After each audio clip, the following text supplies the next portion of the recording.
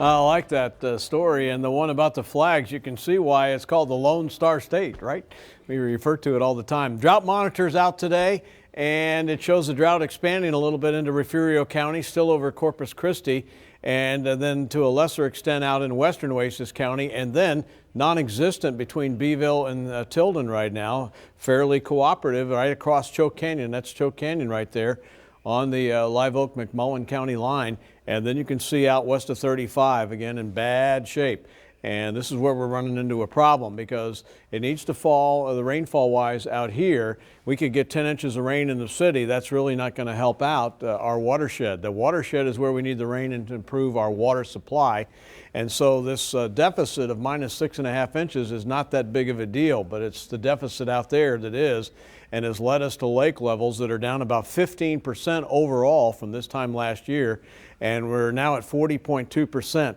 We will, based on what normally happens in December, drop below that level by Christmas. So that would put us in water restrictions according to the city at that time. But they said earlier that we would do that by the end of this week, and that's not going to happen by tomorrow. So we're in good shape as far as that's concerned, but I don't see any meaningful rain, so watch out. 54 degrees right now, an east wind at 9 will slow down that temperature drop into the upper 40s tonight. Most areas are already in the 50s with a seawater temperature of 56. And walking the dog this evening, you want to definitely have a jacket on as the temperatures will be in the mid 50s with a little bit of a breeze coming in off the Gulf of Mexico. Morning lows will reach 48. That'll happen after midnight as clouds will come in. You can see the milder temperatures in green here along the coast, and then the colder temperatures further inland with 41 in George West and 58.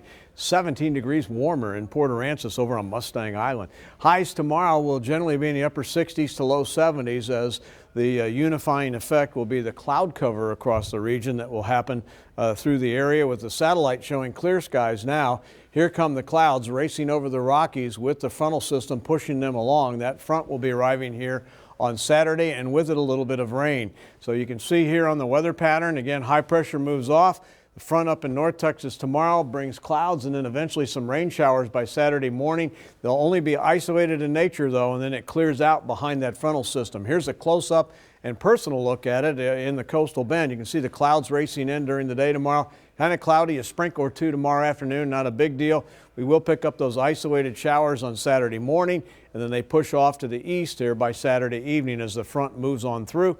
As far as the rainfall amounts go, you can see it from anywhere from 1/3 of an inch to nothing across the region. Our winds, they will be out of the east, and here's the big change. They pick up tomorrow afternoon. Going to be on the breezy side here tomorrow, and that's reflected in the mean forecast as bay waters turn choppy. Small craft need to exercise caution. All right, for the first time in nearly a year, it's 50 below in the Northwestern Territories. Why is that important? Because eventually it's going to get real cold here. Pleasant though over the next 7 days, except for isolated showers on Saturday. Looks great next week. And another front on Wednesday sets us up for a rather chilly to cold Christmas Eve and Christmas Day.